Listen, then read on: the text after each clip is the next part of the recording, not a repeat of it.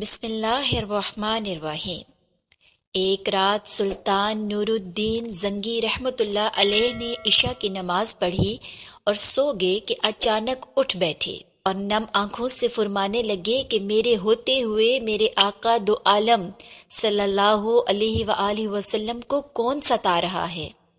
سلطان اس خواب کے بارے میں سوچ رہے تھے جو مسلسل 3 دن سے سلطان کو آ رہا تھا، اور آج چند لمحوں پہلے پھر وہی خواب انہیں آیا جس میں سرکار دو عالم حضرت محمد مصطفیٰ صلی اللہ علیہ وآلہ وسلم نے 2 افراد کی طرف اشارہ کر کے فرمایا کہ یہ مجھے ستا رہے ہیں۔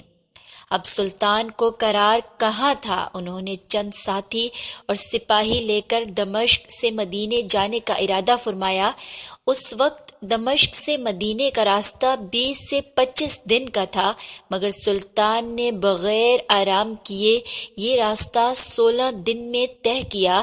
مدینہ پہنچ کر آپ نے مدینہ آنے اور جانے کے تمام تر راستے بند کروائے اور تمام خاص و عام کو اپنے ساتھ کھانے پر بلایا۔ اب لوگ آ رہے تھے اور جا رہے تھے، آپ ہر چہرہ دیکھتے مگر آپ کو وہ 2 چہرے نظر نہ آئے۔ اب سلطان کو فکر لاحق ہوئی اور آپ نے مدینے کے حاکم سے فرمایا کہ کیا کوئی ایسا ہے جو اس دعوت میں شریک نہیں؟ جواب ملا کہ مدینہ میں رہنے والوں میں سے تو کوئی نہیں، مگر 2 مغربی زائر ہیں جو روضہ رسول کے قریب ایک مکان میں رہتے ہیں، تمام دن عبادت کرتے ہیں اور شام کو جنت البقیع میں لوگوں کو پانی پلاتے ہیں، جو عرصے دراز سے مدینے میں مقیم ہیں۔ جو روضہ رسول کے قریب ایک مکان میں رہتے ہیں، تمام دن عبادت کرتے ہیں اور شام کو جنت البقیع میں لوگوں کو پانی پلاتے ہیں، جو عرصے دراز سے مدینے میں مقیم ہیں۔ سلطان نے ان سے ملنے کی خواہش ظاہر کی۔ دونوں زائر اپنے آپ کو بہت عبادت گزار ظاہر کرتے تھے۔ ان کے گھر میں تھا ہی کیا، ایک چٹائی اور 2-4 ضرورت کی اشیاء کے یکدم سلطان کو چٹائی کے نیچے کا فرش لرزتا محسوس ہوا۔ آپ نے چٹائی ہٹا کے دیکھا تو وہاں ایک سرنگ تھی۔ سلطان نے اپنے ایک سپاہی کو سرنگ میں اترنے کا حکم دیا۔ وہ سرنگ میں داخل ہوئے اور واپس آ کر سلطان کو بتایا کہ یہ سرنگ تو نبی پاک صلی اللہ علیہ وآلہ وسلم کی قبر مبارک کی طرف جاتی ہے۔ یہ سن کر سلطان کے چہرے پر غیظ و غضب کی کیفیت طاری ہو گئی۔ سلطان نے دونوں زائرین سے پوچھا کہ سچ بتاؤ تم کون ہو؟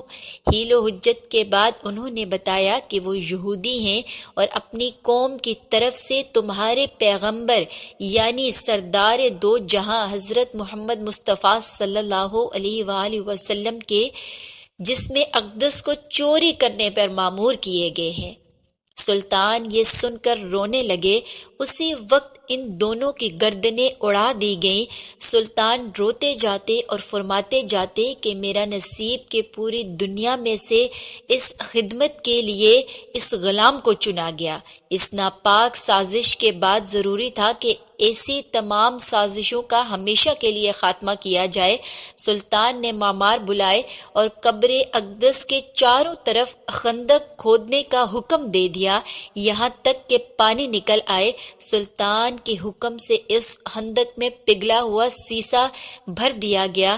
بعض کے نزدیک سلطان کو سرنگ میں داخل ہو کر قبر انور پر حاضر ہو کر قدمین شریفین کو چومنے کی سعادت بھی نصیب ہوئی۔